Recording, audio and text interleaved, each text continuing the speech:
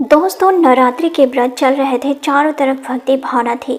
एक घर में बवाल मचा हुआ था क्योंकि एक महिला जो कि पूरे 9 दिन का व्रत रहती है और दिन रात पूजा पाठ में लगी रहती है, उसका पति जो है वह नवरात्रि में ही मुर्गा लेकर घर चला आता है और उसे बनाता है और मुर्गा चावल खा जाता है।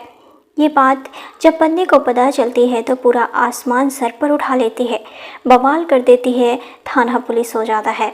नौबत यहाँ तक आ जाती है कि वह अपने पति को छोड़कर, उसका घर छोड़कर अपने मायके चली जाती है।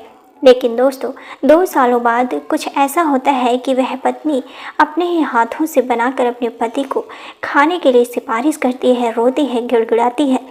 लेकिन वह पति उस स्थिति में ही नहीं होता है कि उसके हाथ की बनाई हुई चीज़ को भी खा सके। दोस्तों, दिल को छू लेने वाली ये कहानी है। आइए जानते हैं पूरी कहानी इस वीडियो में। लेकिन इससे पहले आप लोगों से एक छोटी सी रिक्वेस्ट है कि वीडियो को लाइक कर दीजिए और चैनल को भी सब्सक्राइब कर लीजिए ताकि मेरा भी हौसला बढ़ता रहे। दोस्तों, ये कहानी उत्तर प्रदेश के प्रतापगढ़ जिले की एक महिला की है जो अपने पति से परेशान हो जाती है, उसके खाने से परेशान हो जाती है क्योंकि उसका पति नॉनवेज बहुत ज़्यादा पसंद करता है। हालांकि नॉनवेज वह भी खाती थी। उस महिला का नाम पिंकी होता है और वे अपने पति का नाम आयुष होता है। दोस्तों, दोनों की नई नई शादी हुई थी। दोनों ही बहुत खुश रहते हैं।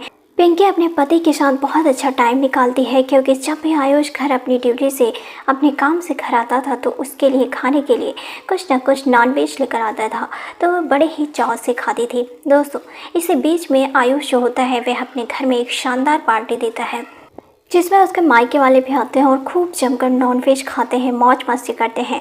कुछ दिनों बाद जो है पिंकी नॉनवेज खाते खाते तंग आ जाती है। अब आयुष से कहती है कि नॉनवेज अब कम कर दो, इतना मत खाया करो, ना लाया करो, हफ्ते में 2-3 दिन ही खाया करो। तो वह बोलता है, क्या हो गया यार, तुम तो बड़े ही चाव से खाती थी। तो पिंकी कहती है कि खाती थी लेकिन अब मन नहीं करता।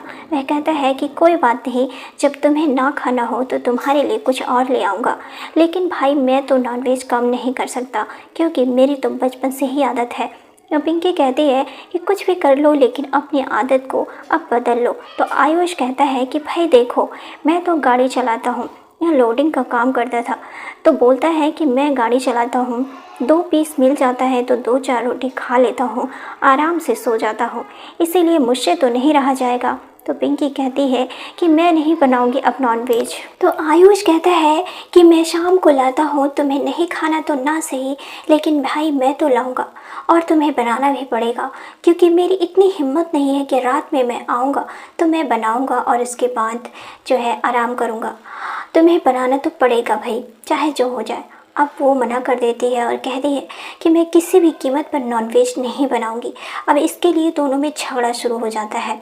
तभी पिंकी कहती है कि देखो, मेरा मन नहीं करता ये सब खाने का, अगर तुम नहीं छोड़ोगे तो जो भी लाओगे अपने हाथों से बनाओगे और खाओगे और घर पर लाना भी नहीं है, कहीं वहीं दूर बना कर खा लेना और खाने के बाद उस दिन तुम्हें मेरे पास आना भी नहीं है, सोना भी नहीं है। तो आयुष पिंकी की बात मान लेता है और जो नॉनवेज लाता था अब अपने हाथों से घर के पीछे ही बना लेता, अपना चूल्हा चौका सब कुछ अलग कर लेता है। और उसके बाद जब कमरे में आता तो पिंकी बवाल मचा देती क्योंकि अब उसे अपनी चारपाई पर उस दिन नहीं आने देती थी। तो एक दिन आयुष कहता है कि मुझे माँ का भी तो दूध नसीब नहीं हुआ, दोनों में झगड़ा होता रहता है। ऐसे ही उन दोनों की ज़िंदगी की गाड़ी कंप्लीट चल रही थी किसी तरीके से। तभी नवरात्रि के दिन आ जाते हैं। अब पिंकी जो होती है उसने 9 दिन का व्रत रखा और अपने पति से कहती है कि कान खोलकर सुन लो, अगर इस 9 दिन के अंदर तुमने कोई भी हरकत की, अगर जरा सा भी तुम घर पर लेकर नॉनवेज लेकर आए या फिर कहीं से खाकर भी आए तो मुझसे बुरा कोई नहीं होगा, कान खोलकर सुन लो। लेकिन दोस्तों, अष्टमी का दिन था। दोस्तों, एक आयुष का दोस्त होता है, कहता है कि भाई क्या हाल है, कोई व्यवस्था है खाने पीने की। तभी आयुष कहता है कि यार मैं क्या करूं, मैं तो अपनी पत्नी से लाचार हूं, मजबूर हूं, तेरे पास कोई व्यवस्था हो तो। मैंने बड़ी उम्मीद से तेरे पास फ़ोन किया था क्योंकि मुझे पता था कि तेरा तो कभी चलता नहीं है नॉनवेज खाए बगैर, चाहे जो भी हो जाए, इसीलिए मैंने तेरे पास फ़ोन किया था। मगर अब आयुष का कोई जुगाड़ नहीं हो सका। एक हफ्ते से खुद को दबा कर रखा था। अब उससे रहा नहीं जाता है तो अपनी पत्नी को किसी काम के लिए बाहर भेज देता है और ख़ुद मुर्गा बनाकर खा लेता है। लेकिन दोस्तों, उसकी पत्नी आ जाती है और जैसे ही उसको यह पता चलता है तो अब वह गाली गलौज करने लगती है और फिर अपने भाई को फ़ोन करके बुला लेती है और कहती है कि मैं अब इसके साथ नहीं रह सकती हूँ। अब उसका भाई आधे घंटे में आ जाता है तो फिर अब वह अपने भाई के साथ मायके जाने लगती है। अब दोस्तों, पिंकी के भाई से उसके हाथापाई भी हो जाती है। उसका साला पुलिस को बुला देता है। अब पुलिस भी आ जाती है और आयुष को समझाती है कि यार तुम्हारी पत्नी है तो पत्नी का कुछ तो सम्मान किया करो, वह नवरात्रि का व्रत है, पूजा पाठ करती है और तुम मुर्गा लेकर आए और बनाकर खा गए। 2-4 दिन रुक जाते। अब आयुष कहता है कि चलो आज तो मान लिया मेरी गलती है, नवरात्र में मैंने खा लिया बनाकर, नहीं खाना चाहिए था, लेकिन और भी तो कभी नहीं खाने देती है, खा लेता हूँ तो अपने पास नहीं आने देती है, बताइए मैं क्या करूँ, मेरे लिए तो बहुत बड़ी समस्या है। तो जो है पुलिस वाले थे उन्होंने उसकी पत्नी से कहा तुम ही कुछ बर्दाश्त कर लिया करो, क्या हो गया, छोटी छोटी बातों पर लेकर इतना परेशान हो, आखिर पति भी तो परमेश्वर ही होता है।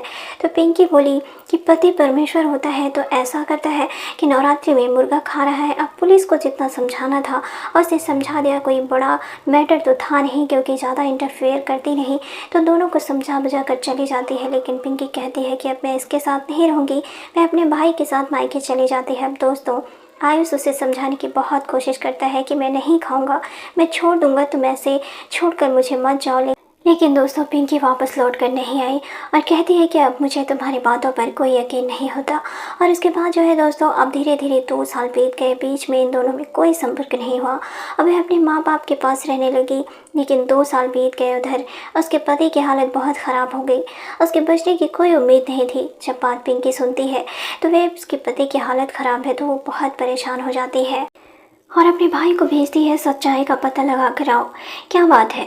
अब ये गांव में जाता है तो गांव में जाते ही जो उसके आसपास पड़ोस के लोग थे वे जब उसकी पत्नी के भाई को देखते हैं तो कहते हैं कि भाई अब क्या लेने आए हो यहाँ पर, कोई उम्मीद नहीं है उसके बचने की, अब यह समझ लो कि अब तुम्हारा और इसका कोई रिश्ता नहीं है, तुम क्यों आए हो, तुम सबकी वजह से ही तो आयुष की ये हालत हुई है। दोस्तों, अब वो वहाँ से चला जाता है और जाकर अपनी बहन को बताता है, बोलता है दीदी सब सही कह रहे थे, जीजा की हालत बहुत गंभीर है। तो पिंकी परेशान हो जाती है और कहती है अपने भाई से कि चल तू मुझे वहाँ छोड़कर आ जा, मैं वहाँ उनके पास जाऊँगी। तो उसका भाई आता है पिंकी को लेकर और गाँव में ही छोड़कर चला जाता है।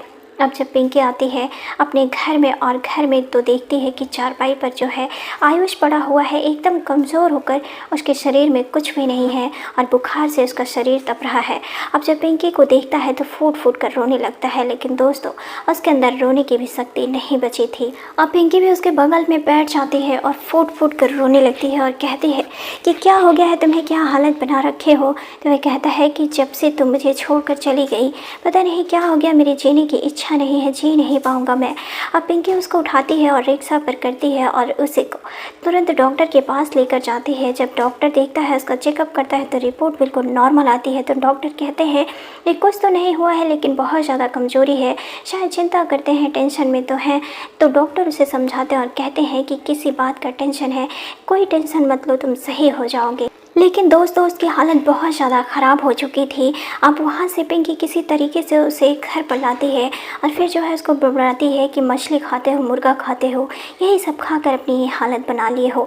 तो आयुष कहता है कि जब से तुम चली गई मैंने इन सब चीज़ों को हाथ तक नहीं लगाया, सब कुछ छोड़ दिया हूँ मैं, अब मैं नॉनवेज बिल्कुल भी नहीं खाता था। पिंकी कहती है कि मेरे जाने के बाद तो तुम्हें कोई रोकने वाला था ही नहीं, तो क्यों नहीं खाते थे, कैसे छोड़ दिए। वो बहुत बड़बड़ाती है मगर आयुष कुछ बोल नहीं रहा, उसके अंदर बोलने की भी शक्ति नहीं थी। दोस्तों पिंकी से आयुष की हालत देखी नहीं जा रही थी। वह जाती है बगल से एक मुर्गा खरीद कर लाती है, उसे अच्छे तरीके से बनाती है और फिर आयुष को पकड़ कर बैठाती है और कहती है कि खा लो। तो आयुष कहता है कि मैं सच में नहीं खाता। तो पिंकी कहती है कि झूठ बोल रहे हो। तो वह कहता है कि मैं सच कह रहा हूँ, जब से तुम गई हो मैंने खाना छोड़ दिया है। तो पिंकी कहती है कि पहले तो मैं चिल्ला कर थक गई मगर तुम नहीं माने, अब कैसे। तो उसका पति कहता है कि मेरा यकीन मानो मैंने छोड़ दिया है। तुम्हारे जाने के बाद मैंने उसे आखिरी बार खाया था, अब मैं नहीं खाता हूँ। मगर पिंकी को विश्वास नहीं हो रहा था। वह कहती है कि मेरे जाने के बाद तुम्हें रोकने वाला भी कोई नहीं था, क्यों छोड़ दिया? तो आयुष कहता है कि मैं क्या करता, तुम्हारे जाने के बाद मेरा मन, मेरा दिल बहुत दुखी हो गया। मेरा मन नहीं करता अब जीने का, मेरी जीने की इच्छा नहीं रही। तुम्हारे जाने के बाद मैं उदास हो गया। मैं सच बताऊँ, मैं जीना नहीं चाहता। वह फूट फूट कर रोने लगा। उससे बोला, ये ठीक है, मैं कह रही हूँ खा लो। मुझे नहीं पता था कि तुम इतना परेशान हो जाओगे, वरना मैं तुम्हें छोड़कर नहीं जाती। फिर आयुष कहता है कि मैं नहीं खाऊंगा, वरना तुम फिर मुझे छोड़कर चली जाओगी। दोस्तों, तो पिंकी कहती है कि अब मैं तुम्हें छोड़कर कहीं नहीं जाने वाली हूँ, कि मैं छोड़कर चली जाऊंगी, मैं नहीं जाऊंगी। अब तुम्हें कभी मना भी नहीं करूंगी, तुम खा लो। मुझे पता नहीं था मेरे जाने के बाद तुम इतना परेशान हो जाओगे, वरना मैं नहीं जाती। लेकिन जो आयुष होता है, अब उसमें इतनी भी शक्ति नहीं बची थी कि वो उठकर खा लेता। फिर दोस्तों, पिंकी उसको उठाकर बैठाती है तो अपने हाथों से खिलाती है, लेकिन वह फिर कहता है कि तुम मुझे छोड़कर चली जाओगी। तो दोस्तों, पिंकी कहती है कि अब मैं तुम्हें छोड़कर कभी भी कहीं नहीं जाऊंगी। इतना कहकर उसके गले से लगकर फूट फूट कर रोने लगती है। फिर वह दिन रात आयुष की सेवा, इतनी सेवा करती है कि आयुष बिल्कुल ठीक हो जाता है। अब फिर से दोनों हंसी खुशी से साथ रहने लगते हैं। अब उनका परिवार बहुत ही खुशहाल है और ईश्वर उन्हें एक बेटे की भी खुशी देता है, जिसके साथ वो बहुत खुशी खुशी अपना जीवन व्यतीत कर रहे हैं। तो दोस्तों, ये थी उत्तर प्रदेश के प्रतापगढ़ की एक अनोखी कहानी। आपको कैसी लगी हमें कमेंट में ज़रूर बताइएगा, और वीडियो ज़रा से भी पसंद आई हो तो वीडियो को लाइक और चैनल को सब्सक्राइब कर लीजिएगा। मिलते हैं अगली वीडियो में, तब तक के लिए जय हिंद।